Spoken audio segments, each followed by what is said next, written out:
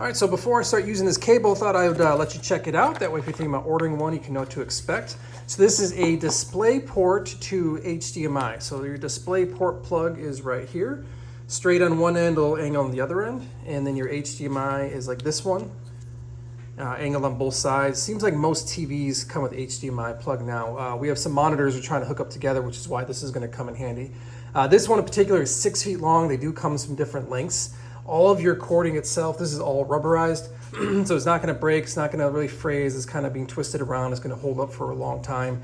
And then your plugs, the components get plugged into your devices as well. Seems to be like some sort of gold plating on it, as well as like a metal finish inside where all of your teeth and your prongs are inside of there.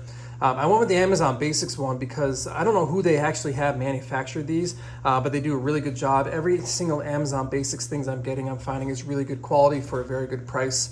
So really excited about using this one. So we're gonna go ahead and plug this into some different computers and get it up and running so we have multiple monitors with one device.